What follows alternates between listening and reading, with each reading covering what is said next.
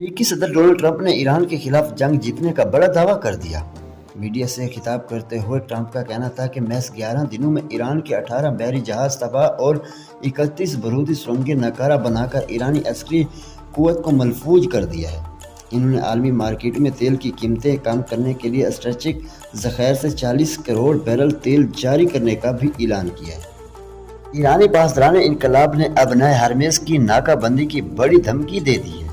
ईरानी force का कहना है कि अब इस रास्ते से 1 लीटर तेल भी गुजरना नहीं दिया जाएगा, जबकि अमेरिका और इसराइल इनके इत्तेहादियों के तमाम जहाज़ों को जायज़ हदफ समझा जाएगा।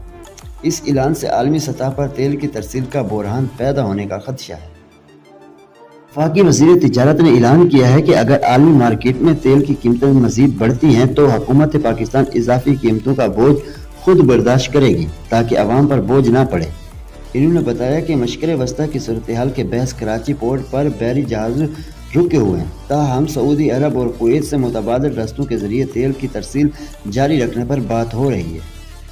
अक़वाम मुत्तहिदा की सलामती कौंसिल में रूस की जंग बंदी की करारदाद को अमेरिका ने वीटो करार दिया है।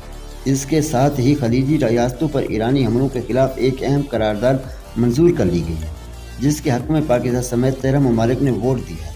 रूस और चीन ने इस करारदाद को जानिबदाराना करार देते हुए ईरान पर अमेरिकी और इसराइली हमले फौरी बंद करने का मुतालबा किया है। कोरिया के सरबराह किम जोंग ने अपनी साहिबजादी के हमरा जदीद स्ट्रेटेजिक क्राउज मिसाइलों के तजर्बात का मुआयना किया। सरकारी मीडिया के मुताबिक किम जोंग उन्होंने अपनी ताकत जोहरी सलाहियत को बरकरार रखने और इससे मजीद वसाअत देने पर जोर दिया ताकि मुल्क का दिफा नाकाबिल तस्खीर बनाया जा सके। इन तजर्बात की तस्वीर ने खत्े में एक बार फिर नई दिफाई बहस छेड़ दी। लाहौर में साबिक वज़ीर आज़म नवाज शरीफ और वज़ीर आला मरियम नवाज से ताशकंद के गवर्नर की क़यादत में अज़्बक वफ़द ने अहम मुलाकात की। इस मौके पर पंजाब और ताशकंद को बरादराना सूबा करार देने पर इत्तफ़ाक़ किया गया और ज़राअत और लाइव स्टॉक की और सियासत के शोबों में ताउन के लिए ख़ुसूसी कमेटी कैम कर दी गई। गवर्नर ताशकंद ने मरियम नवाज की जानिब से तारीख़ी इमारतों की बहाली का काम को सराहते हुए नवाज शरीफ से मुलाकात को बड़ा एज़ाज़ करार दिया।